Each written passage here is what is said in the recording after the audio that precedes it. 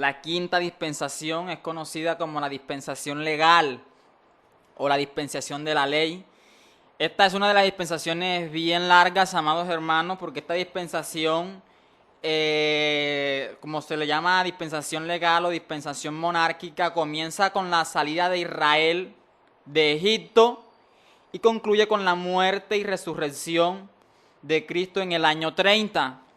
Y es una de las más largas. Aquí tenemos mucha tela por cortar. Con la ayuda del Espíritu Santo trataremos de ser breve. Fue una de las dispensaciones que duró alrededor de 1500 años. Son datos aproximados. Y la narración bíblica usted la puede encontrar, la puede ubicar en Éxodo capítulo 1 y todo el recorrido que se les hace a los 4 evangelios, al final del último evangelio, el evangelio según San Juan. Entonces, esta dispensación comienza con Éxodo. Recordemos que ayer dejamos al pueblo de Israel en Egipto porque un gran hambre visitó la tierra de Canaán. Jacob con las 12 tribus se vio obligado, por decirlo así, a viajar a Egipto. Allá José se les mostró como su hermano, a la vez como gobernador de Egipto, mostró la misericordia de Dios, ayudó a su familia mientras la nación de Dios estaba en Egipto. Fue bendecida porque José aún estaba con vida, Jacob aún estaba con vida, pero una vez mueren estos dos hombres en Egipto, se levanta un nuevo faraón y dice las Sagradas Escrituras de que quien se levantó no conocía a José ni a su pueblo. Entonces, viendo el rey de Egipto de que el pueblo hebreo era más extenso, más grande, más fuerte, entonces quiso usar de su sabiduría humana diabólica y empezó a oprimirlos más, aumentando su carga, aumentando su trabajo, quizás aumentando impuestos. Pero la Escritura dice que cuanto más los oprimían, más el pueblo se multiplicaba. Entonces, el egipcio usó muchos mecanismos para tratar de oprimir el pueblo de Dios, y ya se estaba cumpliendo, se empezaba a cumplir, se estaba finalizando, perdón, aquella palabra que Dios le dijo a Abraham. Dice de que esa nación iba a habitar en tierra extranjera por alrededor de 430 años y allá iba a ser oprimida, ya se estaba finalizando el tiempo. Entonces, viendo Faraón de que el pueblo se multiplica, entonces manda a las parteras que atendían a las mujeres hebreas, les dice, cada vez que si sale varón, pues échenlo al río, si sale mujer, preserven su vida. Pero la Escritura resalta, dice que antes de que llegasen las parteras, ya estas mujeres habían dado a luz, hermano. El pueblo de Dios siempre se ha caracterizado por ser fuerte en cuanto a hombres y mujeres. Amén, somos fuertes en el nombre. Entonces, en esa opresión, en esa esclavitud, dice de que el pueblo clamó, hermano, el pueblo clamó a Dios. Era tanto la servidumbre en la que estaban envueltos que el pueblo clamó, y ese clamor llegó a los oídos del Señor, porque Dios escucha los clamores. Entonces Dios, en su plan de salvación, levanta a un hombre. Usted conoce la historia de Moisés, de cómo Moisés, naciendo en Egipto, su madre, viendo el edicto que el rey había sacado de matar a todo varón de los hebreos, entonces usted conoce de que esa mujer buscó una arquilla, la calafateó con brea y la puso en la orilla del río, y allá las que vivían en la casa del faraón, las hijas, recogieron a ese niño que lloraba en la arquilla. Y fíjese de cómo es el plan de Dios, amados hermanos, de que esta mujer dijo que ese hijo era de los hebreos y mandó a buscar una nana, a alguien que criara a ese niño. hermano, y cuando Dios tiene la mano metida en todo, hermano, se tiene que cumplir la voluntad del Señor. Fíjese de que mandaron a buscar, fue a la misma mamá de Moisés. Y esta mujer no lo crió con las costumbres egipcias. Esta mujer lo empezó a formar, a levantar, le empezó a inculcar, hermano, cuanto pensamiento, cuanto doctrina hebrea ella conocía. Y yo seguramente ella le decía, tú naciste en Egipto, pero tú eres hebreo, tú perteneces a Dios. Y con esa mentalidad fue creciendo Moisés. Y ahí estaba Dios sobre Moisés y estaba preparando, estaba forjando un carácter. Y usted, que es lector de las Sagradas Escrituras, usted lee y usted sabe de que Moisés vio en cierta ocasión un altercado entre un egipcio y un hebreo. Y Moisés salió a defender a sus hermanos, causándole la muerte a un hebreo, lo ocultó y después vio otro enfrentamiento y descubren lo que Moisés había hecho. Entonces Moisés se ve obligado a huir. Tiempo después, allá se le aparece Jehová en una zarza y usted conoce esa zarza, no se consumía, estaba abrazada por la llama y Dios le dice que tiene una misión que cumplir. Tiene que entonces Moisés devolverse a Egipto con un propósito. Tiene un trabajo, tiene ahora una labor que cumplir. Y es sacar a esa gran nación, a ese pueblo de Dios, bajo el yugo de los egipcios. Pero Moisés, en su poca experiencia, inexperto, dice: Señor, no me creerán.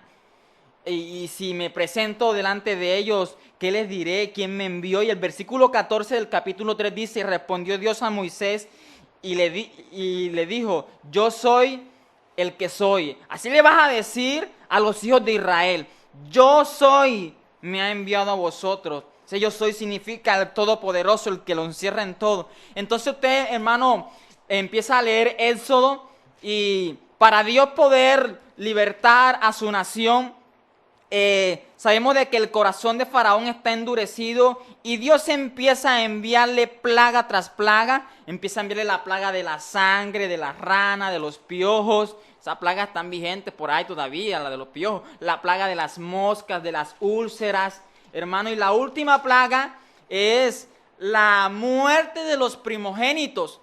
Pero antes de que se efectuase la muerte de los primogénitos, en el capítulo 12 hay un mandamiento de Dios para Moisés, el cual tiene que dirigírselo al pueblo. Le dice: una noche antes van a hacer lo siguiente. Dile a toda la congregación, de acuerdo al número de la familia, si es muy grande, es muy pequeña, van a matar, van a sacrificar. Ahí celebrar la primera Pascua. La palabra Pascua significa pasar por alto. Van a celebrar la Pascua y lo van a hacer de la siguiente manera: para que recuerden por siglos de que yo los saqué de Egipto, que los liberté del brazo fuerte del egipcio y los llevé a la tierra que les prometí a los primeros padres, a Abraham, Isaac y a Jacob.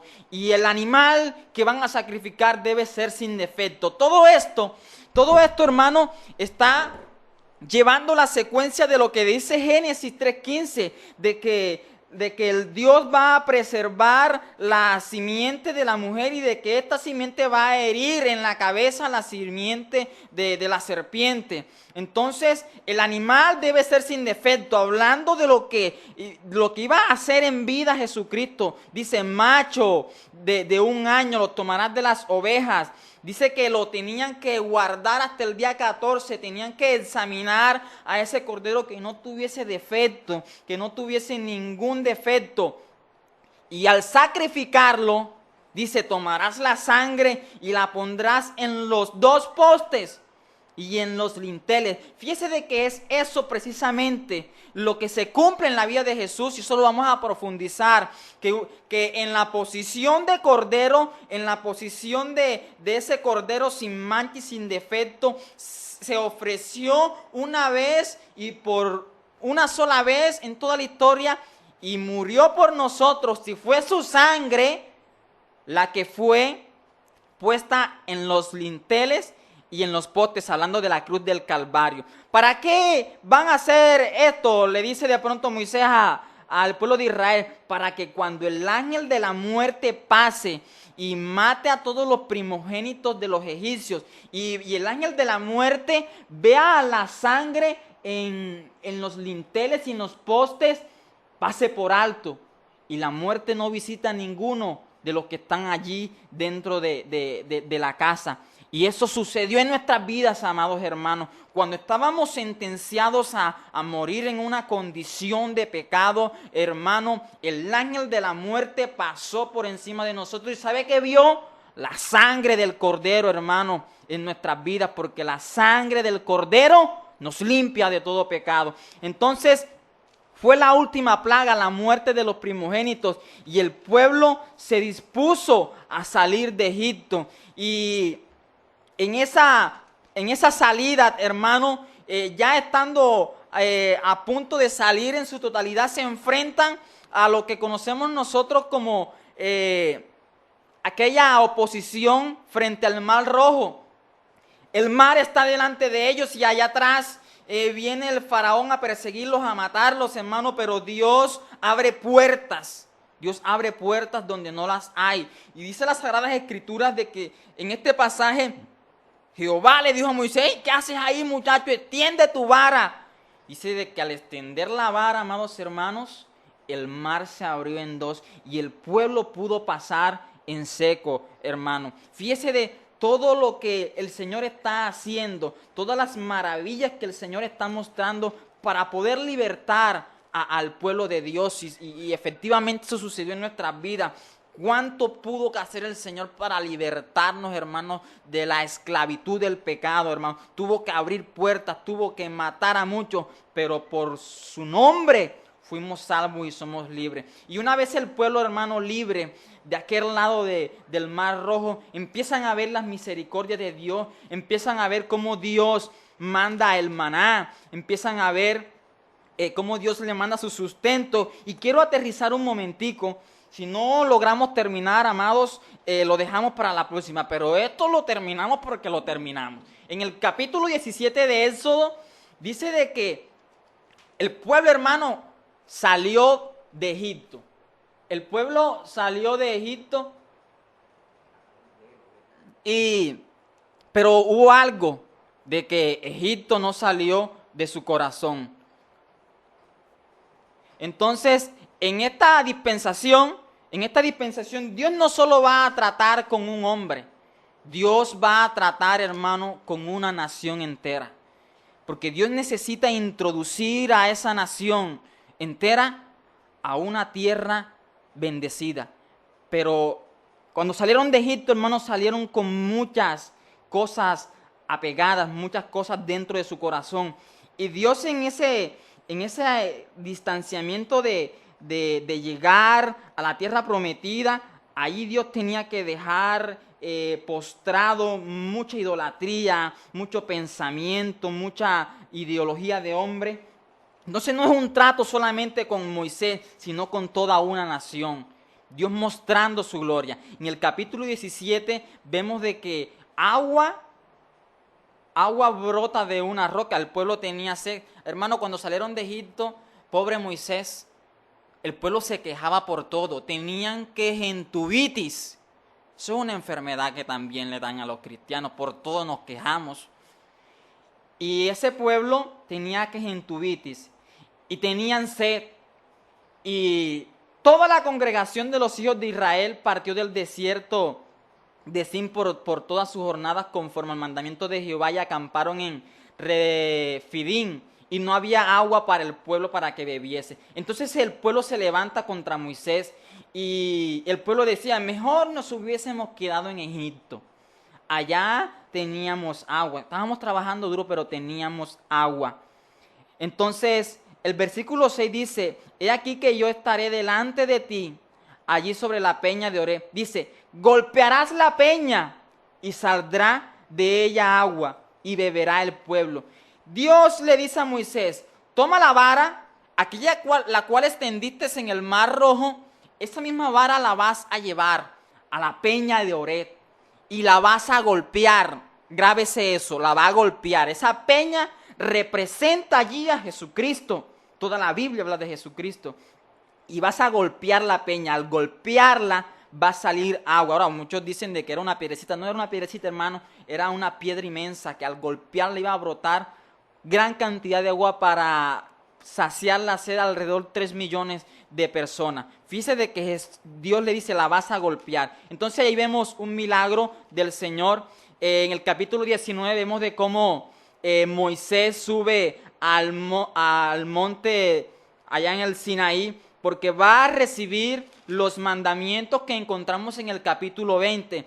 Porque Dios quiere formar una nación diferente, Dios quiere tratar con toda una nación, entonces esa nación necesita ser regida, ser orientada, no como las otras naciones con costumbres paganas, sino con unas costumbres totalmente distintas. Entonces allí en el monte recibe Moisés los 10 mandamientos y los 10 mandamientos son expuestos ante todo el pueblo y eso era para acercarse a Dios, pero también iban a recibir leyes en lo personal, hermano, en lo sanitario. Debía ser un pueblo muy limpio, hermano. En lo administrativo recibieron leyes, hermano, en cuanto a la restitución de tierra. Durante un tiempo tenían que trabajar la tierra, pero después debían devolverla. Leyes en cuanto a las fiestas que debían celebrar como nación. Los demás pueblos celebraban unas fiestas paganas, pero Dios le dijo, tú vas a celebrar una fiesta, pero una fiesta de acuerdo a como yo te voy a decir.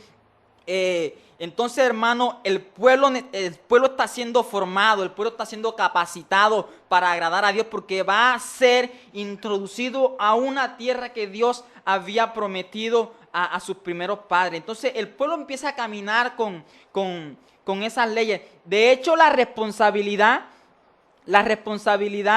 era guardar la ley. En esta dispensación la responsabilidad era guardar la ley. ¿En qué falló el pueblo? En no obedecer, en abandonar, en desobedecer a lo que Dios les había establecido en la ley. Como en toda dispensación, siempre, hermano, el hombre termina haciendo lo malo. Entonces, después de que Dios le da esas leyes, Dios también le dice, me vas a construir un arca, y eso lo encontramos en el capítulo 25. Dice, el arca que vas a hacer, la vas a hacer de madera de acacia, y les da una longitud, las medidas. El versículo 11 dice, la cubrirás de oro puro por dentro, pero también la cubrirás de oro por fuera. Hablando de la pluralidad de Dios, esa arca, hermano, en esa arca iba a reposar la gloria del Señor.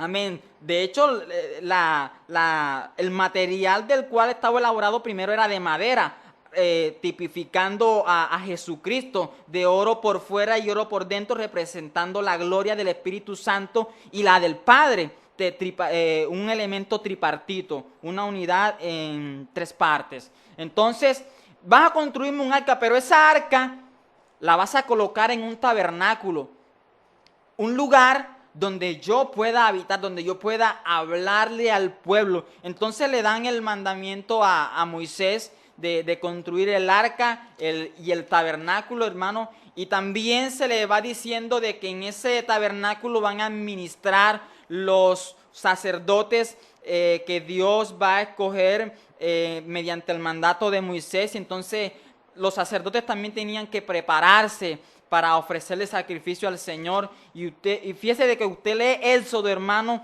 y todo apunta, hermano, todo apunta a todo lo que el pueblo debía de hacer para agradar a Dios, y era cumplir lo que Dios le había dado a Moisés en el monte. Y el pueblo muchas veces, hermano, se descarrió, porque mediante Moisés estaba hablando con Dios. Usted encuentra en el capítulo 32 de que duró mucho tiempo Moisés para bajar.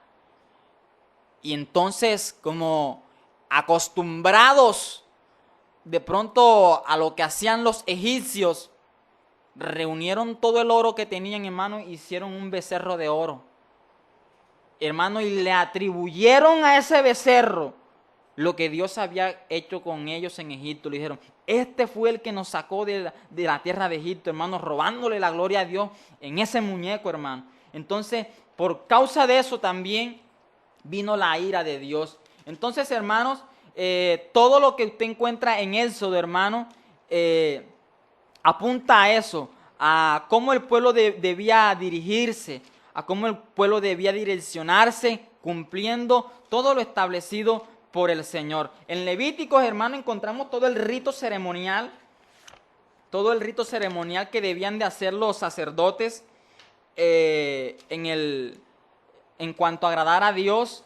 Dios le dice, este pueblo va a pecar mucho y vas a hacer lo siguiente, Moisés. Habla a los hijos y diles que cuando alguna persona pecare por yerro o por algún mandamiento de Jehová sobre las cosas que no se han de hacer, hiciere cosas malas, entonces traerás el becerro a la puerta del tabernáculo de reunión delante de Jehová y pondrás su mano sobre la cabeza del becerro y lo degollarás delante de Jehová. También, hermano, apuntando a lo que se iba a cumplir en la vida de Jesús. Porque es que el pueblo iba a fallar, el pueblo iba a ofender a Dios, y Dios le dijo a Moisés, cada vez que el pueblo me ofenda, va a hacer lo siguiente, va a buscar un cordero, va a buscar un becerro, va a poner sus manos sobre la cabeza de ese becerro, sobre el cuerpo de ese becerro, y va a transmitir la culpa que él hizo a ese becerro inocente, a ese cordero inocente, y lo degollará a las puertas del tabernáculo. Fue precisamente lo que se hizo en la vida de Jesús. Nuestros pecados, hermanos, fueron traspasados en la vida de Jesús. Y por eso fue que Jesús murió por nuestros pecados. Amén, amados hermanos. Entonces, todo Levítico, hermano, habla acerca de eso, todo de lo que se debía de hacer en cuanto para agradar a Dios. Habla también de los actos de inmoralidad que no se debían de hacer. Habla de la santidad de las ofrendas que se debían ofrecer al Señor, de las fiestas solemnes. Habla de el año de reposo que se le debía dar a la tierra. 6 años la tenían que trabajar, pero al 7º tenían que darle reposo a esa tierra. Todo eso, hermano, debía de cumplirlo el pueblo de Dios. Pero cuando leemos Números, en Números capítulo 19, el pueblo, amados hermanos, está a punto, hermano, está a punto de obtener una bendición, pero nuevamente se repite la misma situación en el pueblo. El pueblo tiene sed, y recuerde de que Dios le había dicho a Moisés, coge la vara que yo te di, con la cual abriste el mar rojo, y esa vara, con ese movimiento, vas a golpear la peña, la piedra de Oré, y va a botar agua. Pero ahora el pueblo tiene sed nuevamente. Entonces, amados hermanos, el pueblo nuevamente le pide agua a Moisés, y en el versículo 9 del capítulo 20 dice, entonces Moisés tomó la vara delante de como él le mandó, y reunieron Moisés y Aarón a la congregación delante de la peña, y les dijo, oíd ahora, rebeldes, os hemos de hacer salir agua de la peña. Fíjese, ellos iban a hacer salir, no era él, era el Señor. Entonces alzó Moisés su mano y golpeó nuevamente la peña. Entonces la peña con su vara 2 veces, y salieron agua, y bebió la congregación y sus bestias. Pero Dios no le había dicho eso. Dios le había dicho, ahora, háblale a la peña, Moisés, háblale a la peña, porque es que ya la golpeaste una vez. Amigo, para tú acercarte a Cristo, ya no tienes que golpearlo. Para tú recibir la salvación de Jesucristo, no tienes que golpearlo. Ya Él fue golpeado por nosotros una sola vez, amado, en la cruz del Calvario. ¿Qué tenemos que hacer ahora? Hablarle a Él. Para obtener salvación tenemos que hablarle a la peña, hablando de Jesucristo. Entonces, allí Moisés se dejó llevar por la ira, se dejó llevar por la rabia del pueblo. Y, amados hermanos, vemos a un pueblo que está a punto de entrar a la tierra prometida, y ya a instantes de entrar a la tierra prometida, eh, Moisés, Moisés le dice al pueblo, manda a 12, coge uno de cada tribu, de los príncipes de cada tribu, y porque van a entrar a la tierra prometida, ya usted la historia se la conoce. Hermano, 10 vinieron con noticias negativas, 2 con noticias positivas, hablando de Josué y Caleb. Pero por no creer a la palabra, Dios tuvo que ponerlos a dar vuelta en un pedacito de tierra en el desierto. 40 años, hermanos, se retrasó la bendición por no creer. Cuando no creemos, se retrasa la bendición. Entonces, duraron mucho tiempo para obtener la bendición y ya a instantes de entrar, usted lee el capítulo 4 de Deuteronomio, el versículo 15, capítulo 6 de Deuteronomio, versículo 10, habla de la exhortación a la obediencia. Dios le está diciendo al pueblo, ya estás a punto de entrar, ya estás a punto de obtener la victoria. Y en el versículo 10 dice, cuando Jehová tu Dios te haya introducido en la tierra que juró a tus padres Abraham, Isaac y a Jacob, que te daría, y ciudades grandes y buenas que tú no edificaste, mira, y casas de todo bien que tú no llenaste, y cisternas cavadas que tú no cavaste, y viñas y olivares que tú no plantaste, y luego que comas y te sacies, cuídate de no olvidarte de Jehová que te sacó de la tierra de Egipto, de casa de servidumbre. A Jehová tu Dios temerás, y a él solo servirás, por su nombre jurarás. Fíjese que hay un temor en el Señor. Dice, ojalá ahora que entren, ojalá ahora que estén a punto de entrar, no se olviden de que aquel fruto que van a comer, ellos no lo sembraron, pero a mí me plació dárselo. Que esas ciudades que vayan a habitar, ellos no las edificaron, pero yo se las voy a dar. Hay un temor, hermano. Fíjese de que hay veces de que Dios quiere darnos las cosas, pero Dios dice, pero es que si se la doy se me aparta. Entonces nos mantiene con ese poquito. Este pueblo, hermano, iba a obtener una bendición muy grande, una tierra fructífera. Cuando hablan las escrituras de que fluía leche y miel, era de que todo lo que allí en esa tierra había era grande, era bendecido, era próspero. Usted lee la historia de los 12 espías, tuvieron que traer un gajo de uvas, un racimo de uvas entre dos, porque era muy grande. Ojalá ahora que entre en su corazón no se desvíe y se olviden de mí. Entonces, hay un temor ahí, hermanos, pero entraron a la tierra, poseyeron la tierra, pero cuando entraron a la tierra, ya Moisés había muerto, Moisés murió, y ahora el liderazgo lo toma Josué. Pero Josué también murió, hermano, como a todos nos toca morir. Pero ahora el pueblo pasa un tiempo y el pueblo empieza a ser direccionado por jueces en Israel. Entre esos jueces podemos mencionar a Débora, podemos mencionar a Sansón, hasta el mismo Samuel.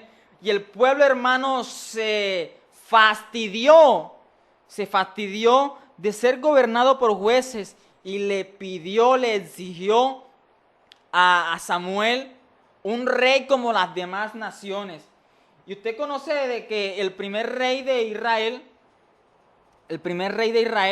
fue Saúl, pero fue un rey pedido por voluntad humana y no por voluntad de Dios. Entonces el pueblo, hermano, pasó de la teocracia a la monarquía. El pueblo empezó a ser gobernado por los hombres mediante ese transcurso en el desierto. Cuando entraron a la tierra de Canaán, el pueblo era gobernado por el mismo Dios. Qué bonito gobierno, qué bonita administración, hermano. El mismo Dios gobernando mediante la ley que le había dado a su siervo Moisés. Pero el pueblo se fastidió de eso, hermano, y quería también un rey como las demás naciones. Entonces Saúl fue el primer rey y Saúl duró un periodo alrededor de 40 años.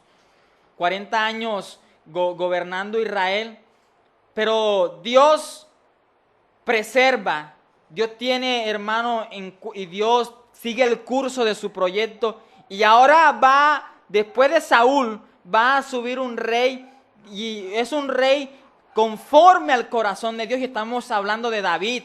David fue un hombre de guerra, un hombre que fue capacitado desde lo más bajo, fue creciendo y ahí fue recibiendo la capacitación del Señor hasta que Dios le permitió ser rey de Israel. Y a David se le prometió de que en el trono nunca faltaría uno de su descendencia. Dios le dio esa bendición. David también, hermano, duró ese periodo alrededor de 40 años gobernando. Pero David, en la voluntad de David, David quería edificarle, quería construirle un templo al Señor. Dios no se lo permitió. Y la razón por la cual no se lo permitió fue porque fue un periodo de mucha sangre, de mucha mortandad. Y Dios le dijo de que iba a ser su hijo quien iba a edificar ese templo.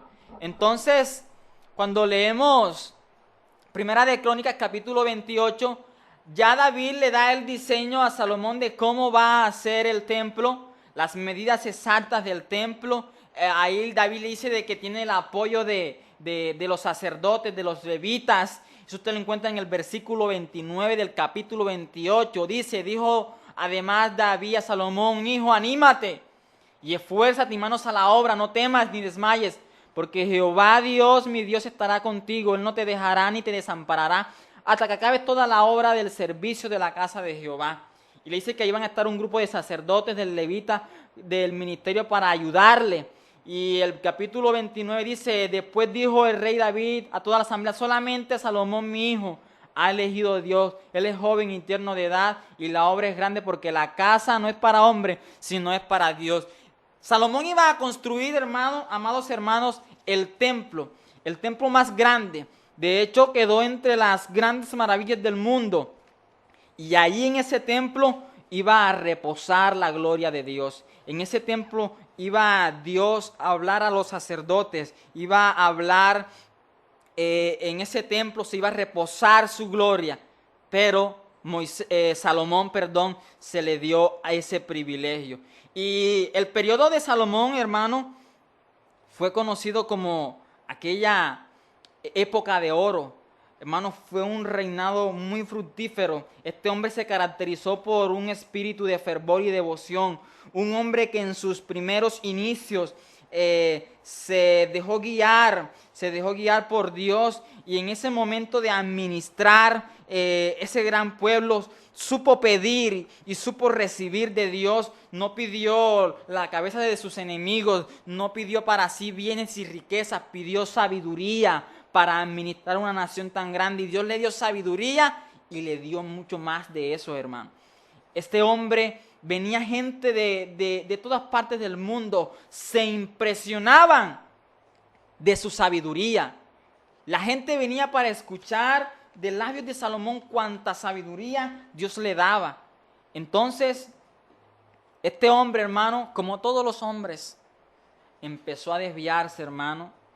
Dice en las Sagradas Escrituras de que este hombre tuvo alrededor de 1000 mujeres.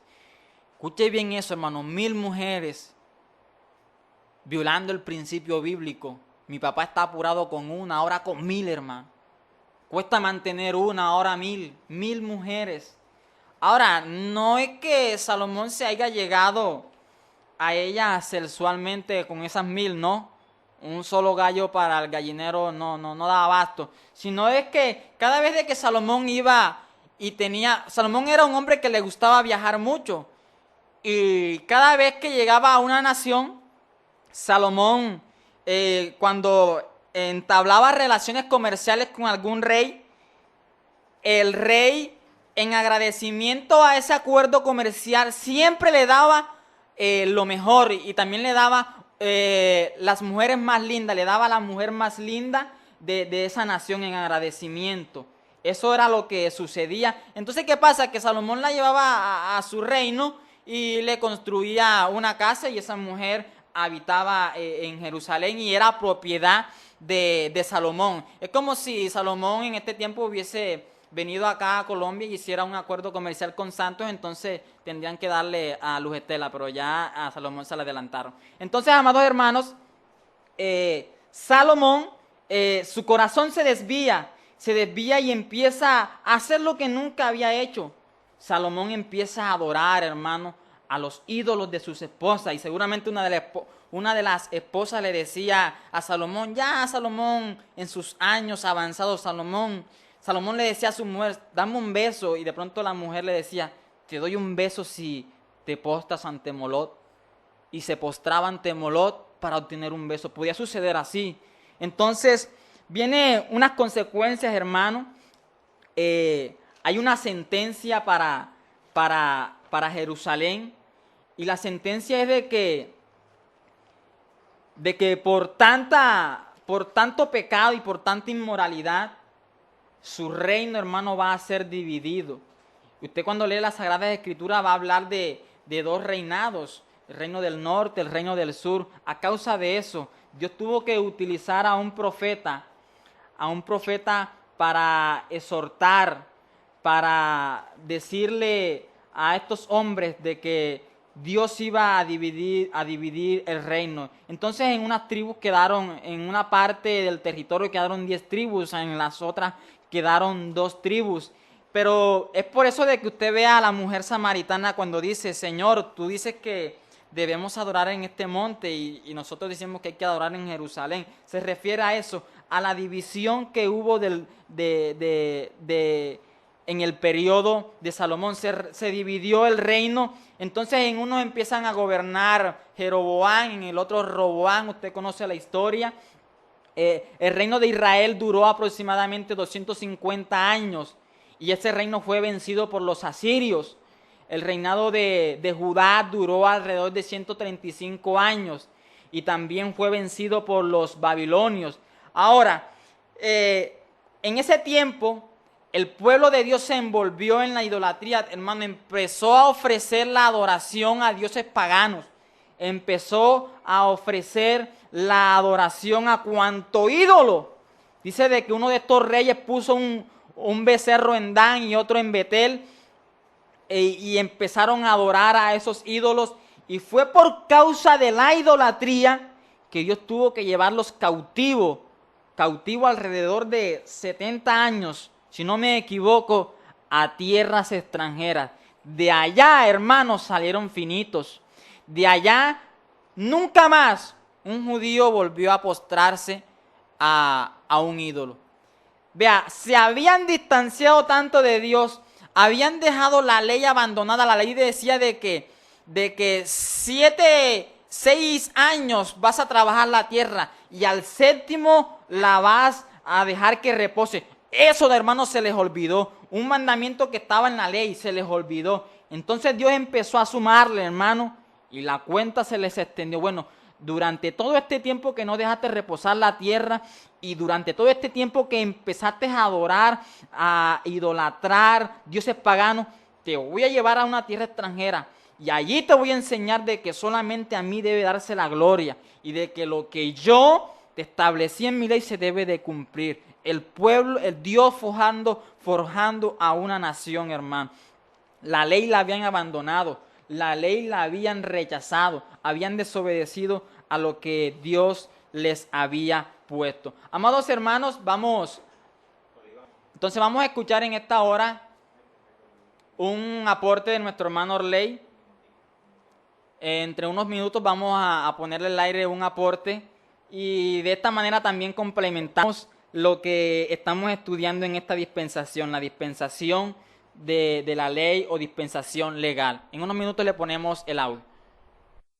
Amén, amados hermanos. Como les decía al principio, es una de las dispensaciones más largas, más extensas, abarca un periodo muy largo, por lo cual, como les dije, aquí hay mucha tela que cortar y le invitamos a que envíe su aporte por audio y acá le pasamos, transmitimos en vivo ese audio. Vamos a escuchar un audio que nos mandó nuestro hermano Orley, va a ser un aporte en cuanto a esta dispensación. Gloria a Dios, mis hermanos, bendiciones para todos.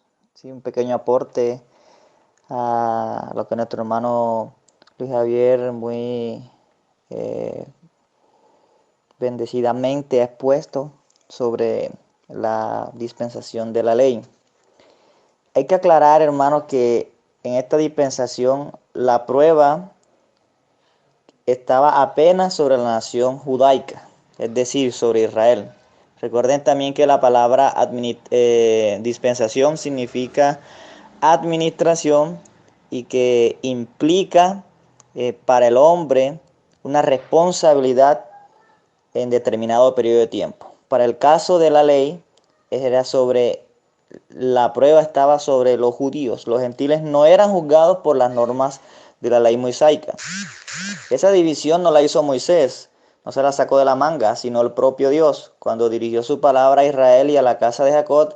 Y entonces en Éxodo 19:3 encontramos lo que dice lo siguiente: y Moisés subió a Dios y Jehová lo llamó desde el monte diciendo: así dirás a la casa de Jacob y anunciarás a los hijos de Israel. En todo el Antiguo Testamento vemos que los gentiles no fueron incluidos, oiga bien esto, hermanos, en los dictámenes del Decálogo, o sea, en los 10 mandamientos. Entiéndase decálogo como los 10 mandamientos y las demás normas de la ley mosaica. Ellos, o sea, los gentiles, continúan hasta el día de hoy, hermanos, en cierto sentido, bajo el régimen del gobierno humano. Nosotros encontramos en Deuteronomio 4, del versículo 7 al 8, una respuesta divina a esto. Vamos a mirar Deuteronomio 4, 7 al 8. Dice de la siguiente manera: porque ¿qué nación grande hay que tenga dioses tan cercanos a ellos como lo está Jehová nuestro Dios en todo cuanto le pedimos? ¿Y qué nación grande hay que tenga estatus y juicios justos como es toda esta ley que yo pongo hoy delante de vosotros? Entonces mire cómo Dios le dice claramente que la ley fue dada para el pueblo de Israel.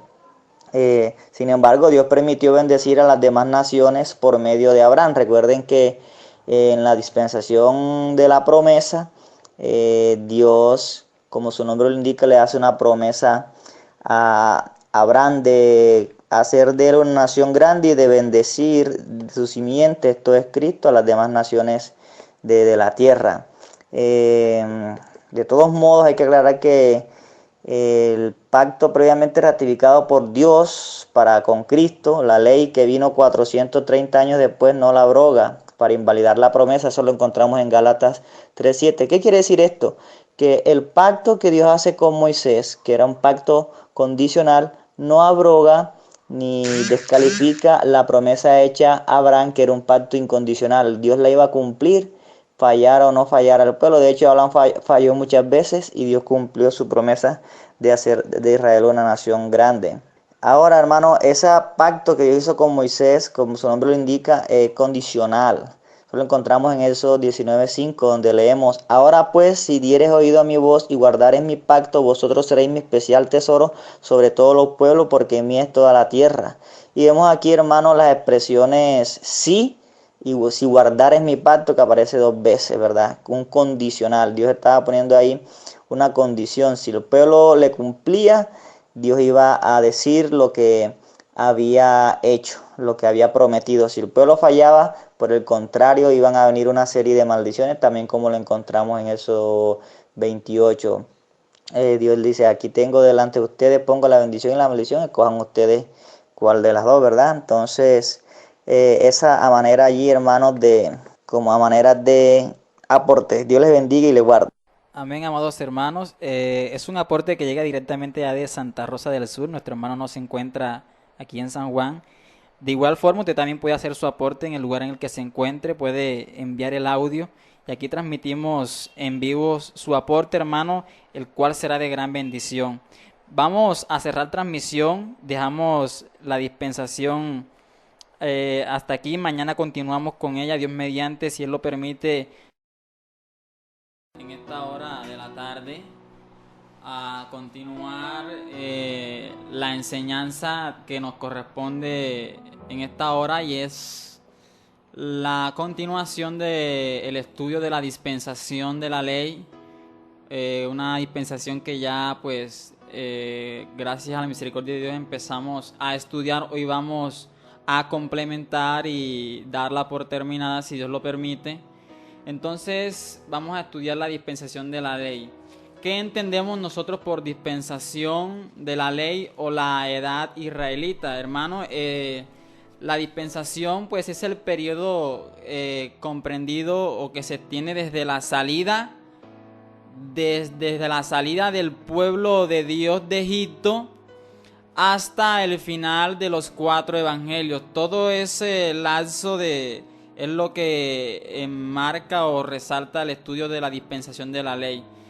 Y la encontramos en las Sagradas Escrituras desde Éxodo hasta el final de los 4 evangelios. Duró un periodo aproximado de 1500 años.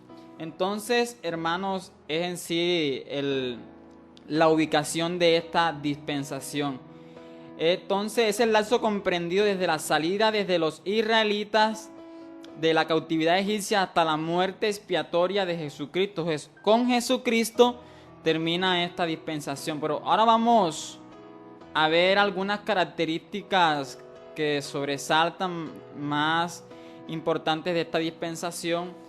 Y como primera característica tenemos de que tenemos un trato de Dios no con una persona en específica. Porque recordemos que en la dispensación de la promesa Dios está tratando con Abraham, Dios está tratando con Isaac, está tratando con Jacob. Son personas en específica, pero en esta dispensación Dios no solamente va a tratar con una persona, sino con un pueblo, el cual va a ser formado, tratado, para que Dios pueda cumplir sus propósitos y sus planes. Y cuando hablo de pueblo estoy hablando de la nación de Israel, porque va a ser la nación de Israel a la cual se le van a dar los 10 mandamientos, que es lo que en sí lleva esta dispensación. Como otra característica tenemos la manifestación sobrenatural de Jehová. ¿Por qué, hermano? Porque desde la salida de Egipto, Dios se va a mostrar a ese pueblo al cual le va a dar unos mandamientos, y la manifestación sobrenatural de Jehová va a ser tremenda, hermano, porque ellos mismos van a experimentar el trato de Dios. Cuando, para resaltar algunos ejemplos, cuando ellos ven la mano poderosa de Dios cuando abre ese gran mar y pueden pasar en seco, son uno de los tantos ejemplos que podemos dar cuando Dios en medio de ese desierto deja reposar sobre ellos en las horas de la noche una columna de fuego y en las horas del día una columna de nuevo, teniendo en cuenta de que en el lugar en el que se encontraban era un lugar que no se podía vivir, pero sin embargo Dios se manifestó en ese lugar, y entre esas características tenemos eso, la manifestación de Dios. Porque aquí en ese lapso de tiempo Dios también se revela como el omnipotente. Y Dios también se les muestra a ellos como su Dios. Y a ellos los hace como su pueblo. Entonces, hermanos, entre las características que estamos mencionando, Dios se le muestra a ese pueblo de una manera tremenda. Pero también al Dios mostrársele le ofrece su gobierno. Porque es Dios quien quiere gobernar a ese pueblo de una manera muy distinta, muy diferente como lo hacían las demás naciones paganas. Otra característica, podemos ver la transición del gobierno teocrático a la monarquía. ¿Por qué, hermano? Porque Dios empieza su gobierno. La palabra teocracia es gobierno de Dios, y Dios empieza a gobernar este pueblo. Imagínese, hermano, el mismo Dios gobernando, el mismo Dios dirigiendo, el mismo Dios direccionando a ese pueblo. Pero cuando usted empieza a leer las Sagradas Escrituras, el pueblo llegó al punto, hermano, de desechar, de apartarse de Dios, de dejar el gobierno de Dios, y pidieron para ellos mismos un rey como las otras naciones. Eso se da en el periodo en el que Samuel está gobernando, y el pueblo le dice: Samuel, queremos un rey como las demás naciones. Y seguramente Samuel le decía: oye, pero nosotros estamos siendo gobernados por Dios, qué mejor gobierno que este, qué mejor alcaldía que este. Pero no, nosotros queremos un gobierno diferente. Entonces Dios le dice a Samuel, déjalo, que tú le vas a poner un rey, pero dile que ese rey les va a cobrar impuestos, dile que ese rey los va a forzar. Y Dios, no importa, dárnoslo. Entonces, hermano, hay una transición entre el gobierno teocrático y la monarquía, porque el pueblo también es gobernado por los diferentes jueces que menciona la Biblia. También se ve el establecimiento de un lugar fijo de adoración entre las características que estamos mencionando, porque Dios, hermano, entre las muchas instrucciones que le da a su pueblo, entre los muchos mandamientos, entre las muchas ordenanzas, estatutos, preceptos, Dios también le pide un lugar específico en donde Él se pueda manifestar y en ese lugar puedan adorar a Dios, y ese es el lugar que conocemos en las Sagradas Escrituras como tabernáculo. Y usted que tiene manejo de las Sagradas Escrituras, usted nota de cómo el Señor le muestra los planos a Moisés, le muestra las diferentes medidas que debía llevar ese tabernáculo, incluso las cortinas que debía llevar el tabernáculo, y las etapas o los espacios en los que debía estar dividido, en el lugar santísimo, en el lugar santo y en los atrios de Dios. Entonces Dios también quiere que le establezcan un lugar en el cual Él se pueda manifestar entre las características que estamos mencionando. También vemos el establecimiento de leyes morales, porque es que Dios quería de que fuera un pueblo diferente, un pueblo que se guardara en lo moral, pero también en lo espiritual para Dios, un pueblo que entre esas leyes morales usted lee en lo que es Levíticos y parte de Deuteronomio también, de lo que debían de hacer ellos para poder agradar a Dios. Y también vemos el establecimiento de leyes civiles. O sea, Dios quería también de que ese pueblo, hermano, fuera un pueblo que pusiera el ejemplo en todas las facetas de su vida. Y vemos de que Dios le dice en muchas ocasiones al pueblo, bueno, si tú tienes un siervo, pues ese siervo, ese esclavo va a trabajar 6 años, pero al séptimo lo dejarás ir. Son leyes civiles. Entre las otras leyes civiles que le decía, bueno, tú vas a trabajar la tierra 6 años, pero al séptimo la vas a dejar reposar. Si le prestaste el buey a tu amigo, a tu vecino, se lo deberás devolver. Leyes civiles. ¿Para qué, hermano? Para mantener un orden, hermano, también en esta área en el pueblo de Dios. Fíjese de que es en esta dispensación donde Dios trata con un pueblo en general, con la nación de Israel, para que sea una nación distinta a las demás naciones. También hay un establecimiento de las leyes religiosas. Dios le está diciendo a ese pueblo, este pueblo, Moisés, tiene que rendirme la adoración a mí, pero cuando se vayan a presentar, no van a presentarse en esa condición pecaminosa. Y en el estudio de la primera parte de esta dispensación hablábamos de cómo el pueblo debía acercarse a Dios y debía coger aquel cordero macho de 1 año, debía poner sus manos sobre aquel cordero, transferir aquella acción que ofendió a Dios y ser sacrificado, y de esta manera a partir de allí ofrecerle una adoración a nuestro Dios. Pero fíjese de que Dios quiere de que ese pueblo sea un pueblo íntegro, hermano, un pueblo que en su moral, que en su parte civil, que en su parte religiosa, pero también en su parte higiénica, porque Dios también le da leyes en cuanto a la higiene. Dios le dice, cada vez que fueras al campamento, llévate una estaca, y cuando vayas a hacer tu necesidad, la tapa, porque el Jehová se pasea por todo el campamento. Ese pueblo, hermano, era un pueblo santo, era un pueblo que debía guardarse para Dios. ¿Con qué fin, hermano? Para agradar al Señor.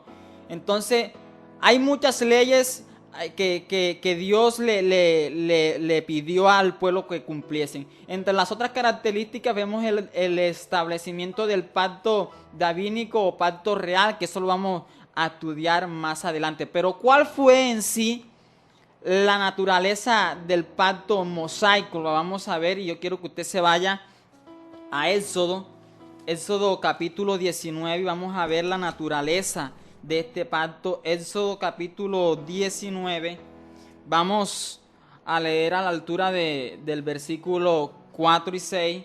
Dice lo siguiente: vosotros visteis lo que hice a los egipcios y cómo os tomé sobre las alas de las águilas y os he traído a mí. Hablando de cómo la mano poderosa los sacó de la cautividad de Egipto. Ahora pues, si diereis oído a mi voz, vea, y guardareis mi pacto, vosotros seréis mi especial tesoro sobre todos los pueblos, porque mía es toda la tierra, y vosotros me seréis un reino de sacerdotes y de gente santa. Estas son las palabras que dirás a los hijos de Moisés. Entonces el pacto estaba establecido en eso, hermano, en el que el pueblo pudiera guardar, todo lo que Dios les había dado. Y guardando esto, entonces Dios le dice: vosotros me seréis mi preciado tesoro. Vosotros me seréis un pueblo santo, no como las demás naciones. Me seréis un reino de sacerdotes, de gente santa, si guardaras mi palabra. Entonces esto era lo que debía transmitirle Moisés al pueblo y cumplirlo para que la bendición de Dios pudiera llegar. Estos pasajes nos muestran el propósito de Dios en presentar a los judíos el pacto temporal llamado ley. ¿Por qué pacto temporal? Porque iba a ser en la persona de Jesús el cual se iba a cumplir todo este rito ceremonial que encontramos desde Éxodos, Levíticos y Números. En la vida de Jesús. Jesús iba a cumplir en su totalidad la ley. Y el propósito de Dios era presentar a su pueblo escogido una revelación de lo que Él deseaba que hiciese en todas las facetas de su vida, desde el comer hasta adorar a Dios. Dios le dijo: mira, aquí está la ley. Y yo quiero que todo esto lo hagas para que en tu vivir me puedas agradar a mí, para que tú seas mi preciado tesoro. Cuando leemos el libro de Gálatas 3:15, dice lo siguiente. Gálatas 3:15 dice: hermanos, hablo en términos humanos. Un pacto, aunque sea de hombre, una vez ratificado, nadie lo invalida y nadie lo añade. Ahora bien, en Abraham fueron hechas las promesas y a su simiente. No dice que dice, el escritor dice: y a la simiente, como si la hablase a muchos, sino como de uno, y a tu simiente, el cual es Cristo. Entonces, Pablo afirma a los Gálatas que la ley fue una añadidura a la promesa a causa de las transgresiones del hombre. Y nos damos cuenta que todas las prevenciones y restricciones que fueron decretadas por Dios por medio de Moisés constituyeron obras exteriores de defensa y de muros levantados alrededor de la promesa original dada a Abraham, a fin de evitar que fuese perdida, ya fuese por el pueblo desde dentro como por los asaltos de los enemigos de afuera. Todas estas leyes eran preservadoras de la verdad de que la revelación de esta ley moral no solo era para los judíos, sino también para el mundo. Aunque la ley como pacto fue abrogada por medio de la muerte de Cristo. ¿Por qué, hermano? Porque fue en Cristo quien finalizó la ley. Cuando usted ve en el bautismo de Cristo, Jesús le dice: no, pero es necesario que seamos obedientes, que cumplamos toda la ley, porque en Jesucristo se debía cumplir toda la ley. ¿Por qué no en nosotros, hermano? Por nuestra condición pecaminosa. ¿Por qué en Jesús? Por su pureza, por su santidad. Sin embargo, de esta manera, en la dispensación de la gracia, hermano, se rescatan todos aquellos principios fundamentales de moral y adoración que descienden al tiempo. Otros son tenidos en cuenta y otros en el cumplimiento lo tendrán. Entonces vamos a ver, hermanos, en qué forma se dio la ley. Bueno, se dio por medio de un pacto hecho con Moisés. Eso usted lo encuentra en Éxodo 34. ¿De qué forma se dio la ley? En Éxodo 34 usted encuentra la forma como se dio la ley. El versículo 27 dice lo siguiente: versículo 27 del capítulo 34 de Éxodo. Lleva por título Jehová y las tablas de la ley. Y Jehová dijo a Moisés: escribe tú estas palabras, porque conforme a estas palabras he hecho pacto contigo y con Israel. Y él estuvo allí con Jehová 40 días y 40 noches, no comió pan, ayunó ni bebió agua. Y escribió en las tablas las palabras del pacto, los 10 mandamientos. Fue en esa condición. La Sagrada Escritura resalta de que Moisés subió al monte, y allá en el monte, después de 40 días, recibió los mandamientos, y fue un pacto que Dios hizo con su nación, con Moisés. Entonces, con estos 10 mandamientos, el pueblo debía direccionarse, debía orientarse para agradar al Señor. En el capítulo 24 del mismo Éxodo, capítulo 24 del versículo 8, dice lo siguiente: entonces Moisés tomó la sangre y roció sobre el pueblo, y aquí la sangre del pacto que Jehová ha hecho con vosotros sobre todas estas cosas, ratificando, hermano, confirmando lo que leíamos en Éxodo 34. Entonces, ¿por medio de quién hizo el pacto? Por medio de un mediador. En este caso, en cuanto al entregarse a la ley, fue de Moisés, pero ese mediador, Gálatas le da el nombre propio. En Gálatas capítulo 3, versículo 19 dice lo siguiente: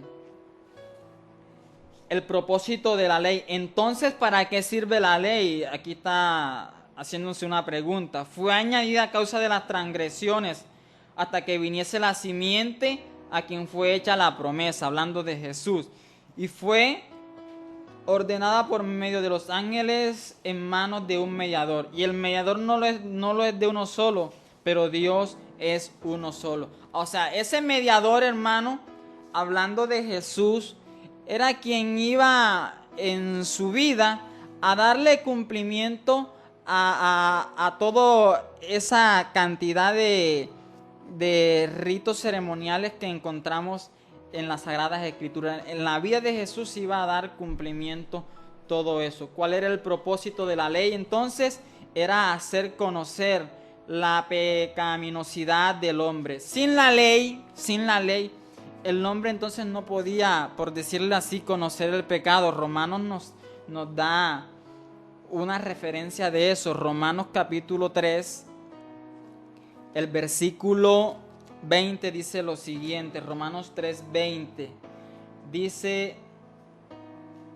ya que por las obras de la ley ninguno ser humano será justificado delante de él, porque por medio de la ley por medio de la ley es el conocimiento del pecado. Entonces, cuando nosotros leemos la ley, enseguida, hermanos, nos damos cuenta de la condición pecaminosa en la que nos encontramos, porque la ley también trae el conocimiento del pecado. Ahí mismo en Romanos 7, Pablo habla con mayor claridad. En el versículo 7 dice: el pecado que mora en mí, dice, ¿qué diremos pues? ¿La ley es pecado? Y Pablo enseguida le da respuesta por medio del Espíritu: en ninguna manera. Pero yo no conocí el pecado, si no fue ¿por qué? Por la misma ley. Porque tampoco conociera la codicia si la ley no me dijera: no codiciarás. Entonces, hermano, la ley le muestra al pueblo la condición de pecado. Ahora, ¿cuál era el hombre? ¿En qué condición estaba el hombre? Bueno, el hombre estaba en esa condición de pecado, y por medio de la ley se iba a mostrar ese grado de pecaminosidad en la que se encontraba. También encontramos de que el hombre tenía en esa condición una muerte. Ahí en Gálatas capítulo 2, el versículo 16 dice lo siguiente: 2:16: sabiendo que el hombre no es justificado por las obras de la ley, sino por la fe de Jesucristo. Nosotros también hemos creído en Jesucristo para ser justificados por la fe de Cristo y no por las obras de la ley, por cuanto por las obras de la ley nadie será justificado. Pero el versículo 19 dice, porque yo por la ley soy muerto para la ley, a fin de vivir para Dios. Amén. Entonces, otro punto es en el versículo, en Éxodo capítulo 19, versículo 5, encontramos el ofrecimiento que hace Dios al pueblo al mostrarle la ley. ¿Con qué intención lo hace Dios? Cuando leemos Éxodo capítulo 16, el versículo, ya le digo, Éxodo capítulo 19, Éxodo capítulo 19, versículo 5 dice lo siguiente. Dice, ahora pues, si diréis, el versículo que leíamos al principio, ahora pues, si diereis oído a mi voz y guardareis mi pacto, vosotros seréis mi especial tesoro sobre todos los pueblos, porque mía es toda la tierra. Vosotros me seréis un reino de sacerdote. El ofrecimiento que Dios le hace al mostrarle la ley es para que sean para el Señor su preciado tesoro, lo que le mencionaba al principio. Pero ¿con qué intención, hermano? Con la intención, con el propósito de guardar lo que Dios les estaba dando. Hablando de esos mandamientos que Dios les estaba ofreciendo para que vivieran para Él y de esa manera se diferenciaran de las demás naciones como un pueblo santo y un pueblo que buscara a Dios. Entonces en este pasaje tenemos los detalles de la oferta hecha por Dios a ellos. Estas palabras son muy importantes porque al considerar el propósito de Dios cuando dio la ley a Moisés, días antes eran una nación esclava. Antes de darle la ley eran una nación esclava. Ahora eran una nación libre. Una nación libre y ahora Dios quiere hacerlo un pueblo santo. Entonces continuemos con el estudio de esta dispensación. Otro punto en cuanto a hacer ese pueblo santo para Dios es, primero, hermano, tenían un gobierno diferente de las otras naciones en el planeta. A partir de ese entonces, cuando Dios le da los mandamientos, le da la ley a la nación, se van a convertir en una nación diferente porque tienen un gobierno diferente. Se van a convertir en un pueblo diferente porque las condiciones en las que van a ser gobernados van a ser muy estrictas, por decirlo así, porque van a tener el gobierno de Dios. Dios les va a decir, yo te voy a dar leyes morales, te voy a dar leyes civiles, te voy a dar leyes religiosas, leyes sanitarias, porque te vas a dejar direccionar por mí. Entonces ese era el propósito del Señor, dejar que su pueblo fuera diferente, un gobierno político religioso, con Dios mismo como rey y supremo mandatario. Vea, el Señor, iba a ser el mismo Señor quien iba a gobernar esta nación. Entonces, hermano, todo el pueblo sería una familia real con acceso cual sacerdotes a la presencia de Dios. Entonces, de esta manera el pueblo podía acercarse un poco más a Dios. De esta manera el pueblo tenía que llegarse más a Dios. Entonces, de esta forma de gobierno ofrecida por Dios a Israel, es llamada la teocracia porque es Dios quien gobierna, con Dios por suprema autoridad. Esta teocracia era aceptada por ellos y era preparatoria para el establecimiento y preparación del verdadero reino de Dios. ¿Por qué, hermano, era un establecimiento que se iba a cumplir más adelante? Porque es eso precisamente lo que va a hacer el Señor cuando estudiemos la dispensación milenial o la dispensación del milenio. Ahí va a ser Cristo quien va a gobernar sobre todo el mundo. Entonces lo que vemos aquí, hermano, es como una sombra de lo que va a suceder más adelante. Esto es un anticipo, como lo es ahora la iglesia, ser gobernada por Dios. La teocracia no era perfecta, por cuanto muchas de sus observaciones eran típicas y tenían que ceder más tarde al anticipo y la realidad contenida de él. Ahora, sus ceremonias religiosas tenían que ser reemplazadas por otras. También su rey era invisible. Entonces, de pronto eso fue lo que a el pueblo, hermano, no le cuadró y estamos siguiendo y estamos siendo gobernados por alguien que no estamos viendo y pudo ser una de las condiciones por la cual muchas veces pidieron rey como las demás naciones. También su rey era invisible, su majestad no podía ser revelada por falta del mediador perfecto. Ahora, en esa condición, Dios no se le podía mostrar al pueblo. Primero, hermano, porque las Sagradas Escrituras dice de que en nuestra condición pecaminosa, hermano, no podemos resistir la gloria, la santidad de Dios. Y era una de las formas por la cual Dios no se manifestaba en persona. Entonces, hasta ahí, hermano, damos, por decirlo así, terminado lo que en sí era la dispensación de la ley, cómo Dios se la ofreció a su pueblo, con qué intención se la ofreció a su pueblo. Ya eso lo mencionamos para hacer de esa nación su preciado tesoro. Pero la dispensación de la ley, desde Éxodo hasta el final de los 4 evangelios, está dividida en 4 etapas, por decirlo así. Y esas 4 etapas nos hacen, al estudiarla, podemos comprender mayor el trato que Dios hizo con este pueblo. Y la primera etapa se divide en 4, está definida en 4 etapas. La primera etapa la podemos encontrar desde el Éxodo hasta el reinado de Salomón. Hasta ese entonces, desde el Éxodo hasta el reinado de Salomón, hay una sola nación, agrupada en un solo territorio. Pero sabemos que al morir Salomón, el gobierno lo toma otro hombre, pero ese hombre no le cumple las peticiones a su pueblo y ya ahí hay una división. Es en el periodo de Roboam y Jeroboam. Entonces el reino de Dios se divide. Esa es la primera etapa. La segunda etapa la vemos desde la división del reino hasta el cautiverio. Ahora, el pueblo se dividió en el reinado de Jeroboam y Roboam, quedando 10 tribus de un lado y 2 de otra. Pero el pueblo entonces empezó a apartarse de Dios y el pueblo empezó a rendirle la adoración a otros dioses paganos. Empezaron a adorar imágenes y uno de estos reyes puso becerros en Betel y otro en Dan. Entonces el pueblo fue a rendirle la oración a esos becerros. Y uno de los motivos por el cual fueron llevados a cautiverio fue por eso, hermano.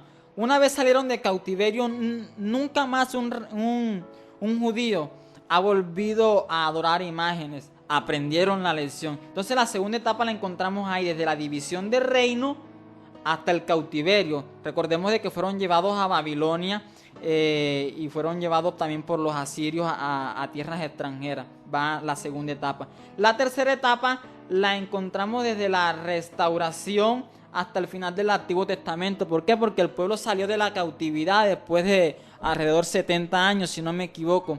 Desde la restauración, desde la salida hasta el Antiguo Testamento, hasta Malaquías, encontramos la otra etapa de la división de la dispensación de la ley.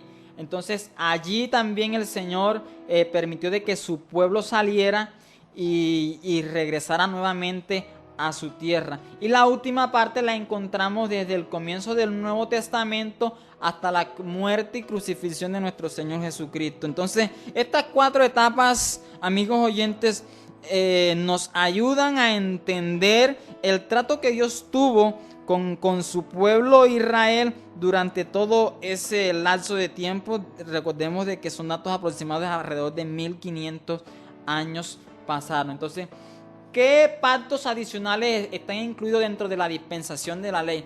Aparte, amigo oyente, aparte de que Dios le dio mandamientos y Dios hizo pacto con Moisés y con su pueblo, aparte de esos pactos, hay otros pactos adicionales que se dieron dentro de la ley. Como pactos adicionales y ampliaciones del pacto mosaico, Dios estableció 2 pactos más. El primer pacto lo hizo con David y el otro pacto lo hizo con un pueblo en general. El primer pacto, el que hizo con David, lo conocemos como pacto davínico, hecho con David, y el otro lo conocemos como pacto palestino. Pero ¿en qué consistió el primer pacto? El pacto que Dios hizo con David. Váyase a segunda de Samuel, segunda de Samuel, el capítulo 7, segunda de Samuel capítulo 7, versículo, ya le digo, si usted tiene Biblia ahí puede también leer. Segunda de Samuel capítulo 7, versículo 16. Lleva por título Pacto de Dios con David. Fueron pactos adicionales, suplementarios, que se le anexaron al pacto que Dios hizo con Moisés y su pueblo. Dios también hizo un pacto con David. Y dice el versículo 16, dice, y será afirmada tu casa y tu reino. Será afirmada tu casa y tu reino para siempre delante de tu rostro, y tu trono será estable eternamente. Está hablando de un pacto que Dios hizo con David, un pacto suplementario. Entonces también encontramos, eso lo puede usted confirmar en Primera de Crónicas capítulo 17, desde el versículo 11 al versículo 14. Ahora, por medio de este pacto, Dios prometió un trono eterno a la posteridad de David. A David personalmente se le dijo de que edificaría casa. Esto es descendencia o linaje. Cuando nosotros leemos los versículos 12 y 15, vamos a leerlo, dice: en cuanto tus días sean cumplidos, o sea, en cuanto te visite la muerte y duermas con tus padres, yo levantaré después de ti a uno de tus linajes, de tu descendencia, el cual procederá de tus entrañas y afirmará su reino. Y el versículo 15 dice: pero mi misericordia no se apartará de él como la aparté de Saúl, el cual quité delante de ti. Dios le está diciendo de que va a establecer un pacto, pero va a ser un pacto eterno, de que en su trono nunca faltará uno de su descendencia, y que después de que se cumplan sus días, de sus entrañas saldrá el cual reinará en su lugar. Entonces habla de un hijo de David que habría de edificar un templo para Dios. Recordemos que es Salomón, y que el trono y el templo estarían firmes. Además, el Señor le permitió que, muerto David, él mismo sería padre e hijo, tratándole con misericordia y castigándole como cuando fuera necesario, porque no le abandonaría. Entonces, que en su trono no va a faltar nadie, que de sus mismas entrañas va a salir el que va a gobernar, pero también lo va a castigar, también lo va a direccionar, lo va a orientar, va a tener de él misericordia, y que su misericordia no se apartará como se apartó de Saúl. En el versículo 16 se ve que Dios ve más allá que Salomón, porque le dice: y se afirmará tu casa y tu reino para siempre de tu rostro, delante de tu rostro, y tu trono será estable eternamente. Y la palabra ahí eternamente, pues usted sabe de que no tiene fin. Entonces en el versículo 16 vemos de que Dios ve más allá de Salomón y habla de tiempos remotos todavía. Dice: la casa y el reino y el trono de David establecidos eternamente. Sin duda alguna, el mismo David y los profetas y los apóstoles interpretan esa persona como refiriéndose a Jesucristo. De hecho, se refiere a Jesucristo, y hay una cita para confirmar eso en Jeremías. Dice de que los apóstoles y los profetas también hablaron de ese rey que se sentaría en el trono. En Jeremías capítulo 23, el versículo 5 y 6 dice lo siguiente. Jeremías capítulo 23, versículo 5 y 6. Estaba en Isaías, usted disculpe. Jeremías 23 dice lo siguiente: he aquí que vienen días, dice Jehová, en que levantaré a David renuevo justo, y reinará como rey, el cual será dichoso y hará juicio y justicia en la tierra. En sus días será salvo Judá e Israel, habitará confiado, y este será su nombre, el cual le llamarán Jehová justo, Jehová justicia nuestra. Entonces En el pacto adicional que se da en la ley, que es el pacto davídico, se habla de que va a haber un trono y que en ese trono nunca faltará la descendencia de David, y de que va a ser en la vida de Jesús quien se va a dar cumplimiento a eso, porque Él va a gobernar, se va a sentar en el trono y va a gobernar. Cuando David escribe un personaje infinitamente superior a Salomón, a quien de su mismo linaje Él adorará y esperará ver su reino y participará en él, no podemos evitar la conclusión de que David entendía de que Jehová había prometido que de David, hermano, saldría aquel Salvador, el cual va a reinar en su lugar, hablando de nuestro Señor Jesucristo. Pero aparte de ese pacto hecho con David, también hay un pacto palestino, que fue otro pacto adicional que se dio en la ley, y eso usted lo encuentra en Deuteronomio capítulo 30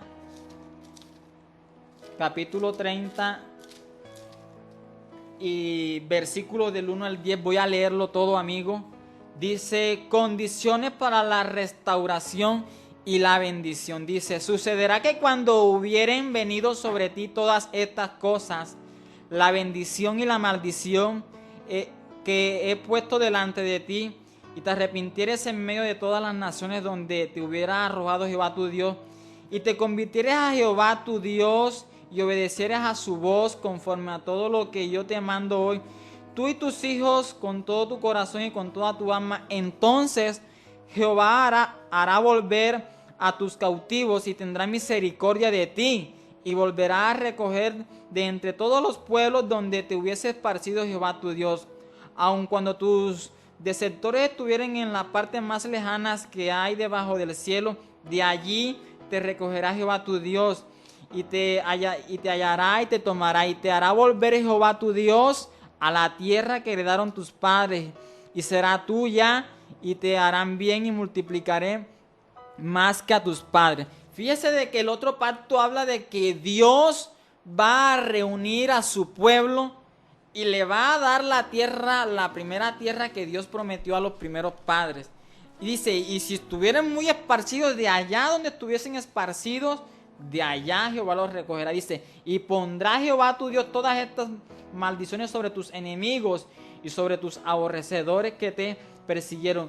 Y tú volverás y oirás la voz de Jehová, y pondrás por obra todos los mandamientos que yo te doy hoy. Fíjese de que el 8 dice de que va a poner por obra los mandamientos que Dios le dio. Y te hará Jehová volver, y te hará Jehová tu Dios abundar en toda obra de tus manos, en el fruto de tu vientre, en el fruto de tu bestia y en el fruto de tu tierra, para bien. Porque Jehová volverá a gozarse sobre ti para bien, de la manera que se gozó sobre tus primeros padres. Entonces, hermano, en este pacto consistió en la promesa de Dios a los israelitas de darle la tierra de Palestina en posesión perpetua, aquella tierra que le prometió a Abraham.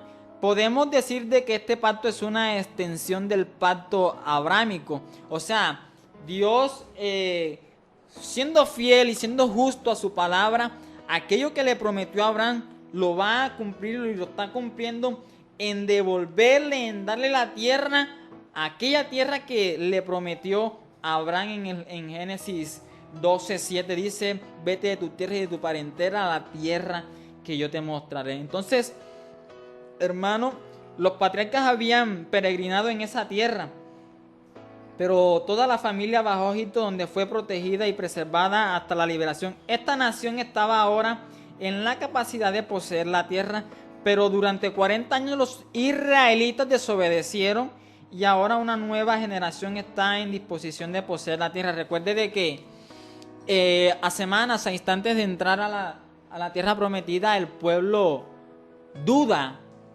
o no cree a la palabra que Dios le da de obtener la tierra. Entonces duda, y fueron cuando 10 trajeron aquellas noticias negativas y solamente 2 noticias positivas, y por su incredulidad se vio la necesidad de retardar la bendición, y duraron 40 años para obtenerla. Entonces, amigos oyentes, este pacto delinea las condiciones para que gozar de esa tierra, hermano, sea una bendición para ellos. Dios lo prometió y Dios lo va a cumplir. Entonces ellos, hermanos, entrarían y conquistarían esa tierra, serían sacados de allí por incredulidad y apostasía y serían esparcidos por todo el pueblo. Entonces, una vez esparcidos, Dios los va a recoger y los va a introducir a todos, y eso se está dando en su cumplimiento. Entonces, amigo oyente, esta es el estudio de la dispensación de la ley. Con esto finaliza con la vida de Jesús, muerte y crucifixión de Jesús. Ya esos recuentos los hicimos la clase pasada. Con esto terminamos el estudio de la dispensación de la ley. Mañana, si Dios lo permite, estaremos dando inicio a la dispensación de la gracia.